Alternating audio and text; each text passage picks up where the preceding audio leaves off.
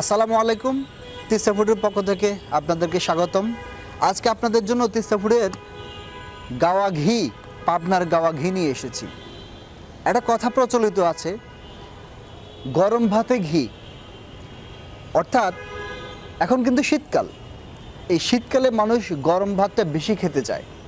গরমকালে অনেক সময় গরম ভাতটা খারাপ লাগলেও মানুষ শীতকালে কিন্তু গরম ভাতটা অনেক বেশি খেতে চায়, কারণ ঠান্ডার মধ্যে একটু গরম জিনিসের সবার কাছে অনেক বেশি ভালো লাগে।